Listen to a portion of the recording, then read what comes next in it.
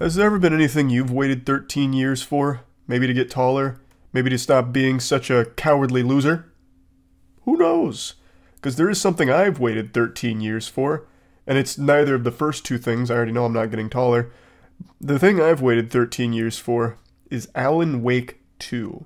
The first Alan Wake game is one of my favorite narrative games ever made. I think it is truly something special.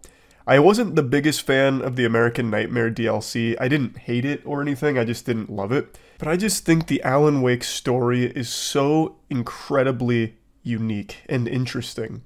So, I loved the first Alan Wake game. I was skeptical if they were ever even going to make a sequel because it'd been so long. Of course, there was always the rumors and everything. Eventually, it got confirmed that there's going to be an Alan Wake 2. But just like the Tooth Fairy, seeing is believing, and I wasn't seeing shit until I did. The game eventually came out last week, and then I immediately got COVID. So, what an incredible double whammy release date. One of my most highly anticipated games of the last decade and some change, and then also the midnight release of Corona 3.0 for me, my third time with it. So I only got to play about 2.5 hours before I just got too shitty feeling to keep playing it. And in those 2.5 hours, let me tell you what, Remedy cooked. I think everything about Alan Wake 2 is an improvement over the first one. I was loving it. It almost feels like the game was too good, and it had to exact the price on my body by giving me COVID or some shit. I don't know. Maybe that's the curse of the real-life Cauldron Lake. It's really frustrating, but I got 2.5 hours worth of gameplay in there, but I had 2.5 years worth of fun in such a short amount of time. I was so happy to be back. But unfortunately, I just haven't been feeling great. I've been feeling like two dog shits on top of a pile of poop, and I just haven't been able to play it myself. But I didn't want that to stop me. I really was way too excited to dive into the lore, see what happens in the game, see how it wraps itself up. And so what I did is I ended up watching gameplay walkthroughs, like 100%, where people would try and go through and do everything in the game to piece together the entire story, find everything, because I just was way too excited. So that's what I've spent the last couple days doing, just watching that so I could experience the game in some capacity. So when I do get better, I can go back and play it myself. But I wanted this to serve as a little pseudo moist meter here about the story, the world, the characters, everything that's not gameplay related, because obviously I can't opine on the gameplay since I wasn't there fucking slamming away at the buttons and actually playing it myself. But I just really wanted to do some kind of review on this after spending so much time watching and learning about the story and the world from all of this. So, buckle your seatbelt. Here comes the weirdest review I've ever done. So, 13 years I've waited for this. And I've got to tell you, it didn't disappoint. But I don't want to get into spoilers. I will say that it's not exactly the conclusion that I think most people were expecting it to be. So, first off, I think this is one of the most beautiful looking games I've ever seen. Even in my first 2.5 hours of actually playing it, I was blown away by how good everything looked. Some of the scenes in here look more realistic than real life, and I really think it helps by blending mediums together, where they'll do actual live action stuff integrated into the game seamlessly. I think that is a very fun and creative idea that they've done well in the past and do even better here. And I also just appreciated how much harder this game went compared to the first Alan Wake. They took everything in the first Alan Wake and said, let's go ahead and go Insano style with it. So it's a lot more dark, it's a lot more grim, it's a lot more mature. I mean, the very opening sequence of this game, assuming you're not a bitch who plays with a nudity filter on, you are greeted with a pair of ass cheeks. You play as a man who's stumbling around butt-ass naked in a forest with jiggling cheeks all over the place, and, of course, cock and ball physics, which you don't see many studios bother with these days, and I appreciate the attention to detail. I know it's a silly thing to mention here, but it really does set the tone. The scope of this game is larger, the threat is bigger, and thus everything around it has been amplified. So I'm trying to avoid as many spoilers as possible, but I'm going to have to dabble in at least a couple of them. So the game is now no longer just playing as Alan Wake. You do still play as Alan Wake for a large portion of it, but you have a new character that you play as named Saga Anderson. And she has this ability where she's able to enter her mind place. And you're solving a lot of really complicated cases by using the mind place to put evidence on a board and start connecting dots. She's also able to really see the truth behind things. I'm trying, it's hard to talk about it so much without getting into the spoilers of what exactly she's able to do, but I think she is a great new addition to this universe. I think she is a really well-written character. She gets thrown into the worst possible circumstances with a lot of things that are happening to her that are rewriting her life, basically, and only she's able to remember the truth. Everyone around her starts to become indoctrinated into believing things that are being written into reality, and it's a really fun concept that they explore here, and the way that Saga Anderson handles all of it, I think, is fucking genius. I also really like Alex Casey, who is played by Sam Lake. I think Sam Lake is a goddamn treasure, and Alex Casey has a really fun role to play in this as well. He is prevalent through most of the game in some way or another, and I just really think all of the main characters in this are extraordinary. So it's not just Alan Wake at the front and center anymore. Alice also, of course, makes a comeback here, who plays a pivotal role in how a lot of things develop. I'm trying to keep this as vague as possible because I do think it's very important to go into this game not knowing the direction they're going with the story. Alan Wake 2 is at its best when it's constantly throwing curveballs at you that you could have seen coming if you were paying close enough attention to the breadcrumbs that they were cryptically dropping around. But I will say that that's a double-edged sword. One of my complaints about the game is every character, for the most part, that you interact with speaks in riddles or talks around you. Let me give you an example. There's a character in here named Ahti, and every time you talk to Ahti, he just does not give you a straight answer or even an answer in the first place. You'll go up to him and be like, "Hey, Ahti, what time is it?" And he'll hit you with some kind of like Confucius wisdom almost, where he's like, "Well, when the water rolls in, you have to remember water is shapeless. It takes the shape of whatever container it happens to be in. That's the thing about water that no one ever remembers. Water has no definition." And you're just left scratching your head, thumbing your ass, wondering what that answer has to do with the question you just asked him. Now, he's not the only one here. He just happens to be the most egregious example of this. There's quite a few other culprits. But Ahti, it seems like every time you try to have a conversation with him, it ends up just going in complete circles, getting you nowhere.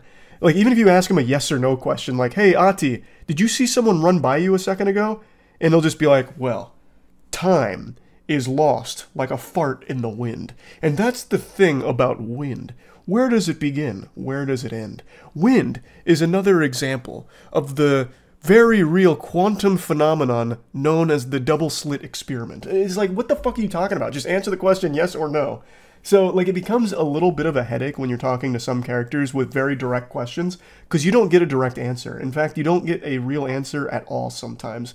And then it's up to the character to interpret it for you. So, sometimes when you're in Saga Anderson's mind place, and you're going over a couple of pieces of evidence, and she's talking you through it, she explains it to you, but the characters that she's...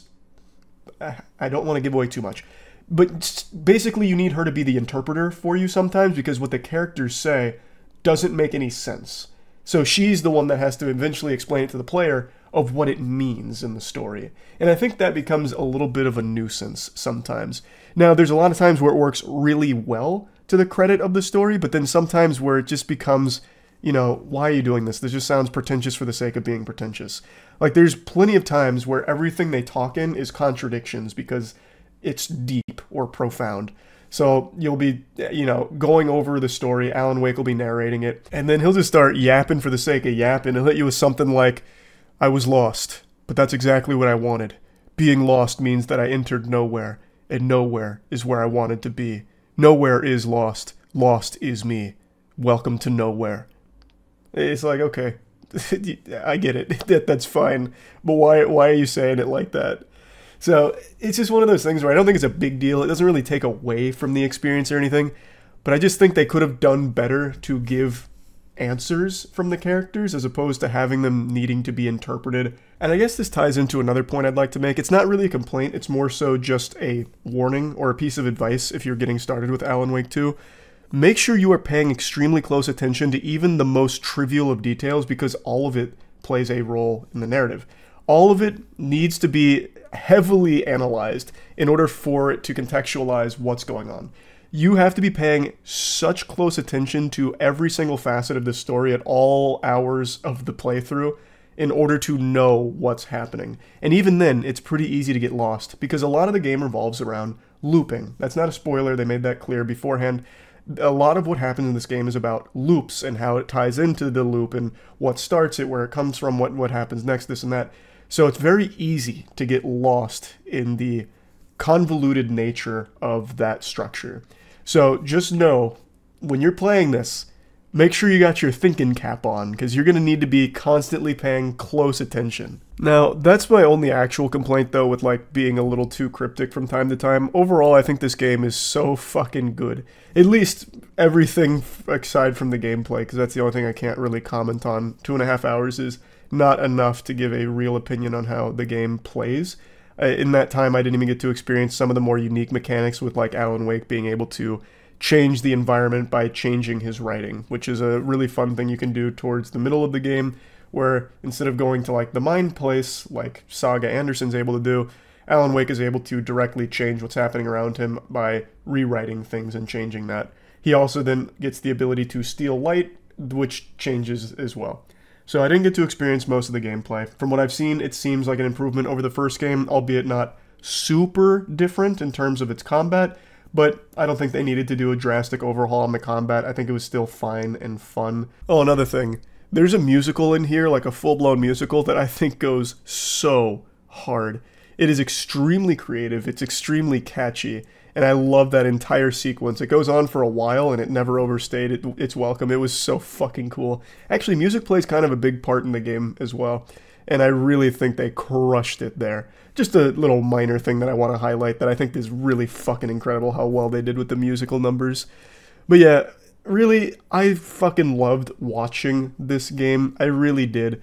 Now, I will say that I am left a little unfulfilled at the conclusion here. After 13 years, it is definitely not how I expected it to go. This is going to be a little spoiler heavy. I'm just going to give you a fair warning because I can't tell you my biggest complaint without it being at least a little spoilery. So fair warning, this is a little spoilery for the end of the game. The game concludes without any real resolution. And it almost feels like the entire journey you go on still kind of puts you in the same place that the game started at. So after 13 years, it feels like you're still at square one with more questions than answers, really. That's not to say that it makes it not worthwhile or anything to go on the adventure, but they're clearly setting up for either an Alan Wake 3 or a series of DLCs that I just don't really think was the right call. To spend 13 years to give us another massive cliffhanger without really progressing where we actually are in that world, I think was a bit of a misstep. So I am a bit disappointed by that.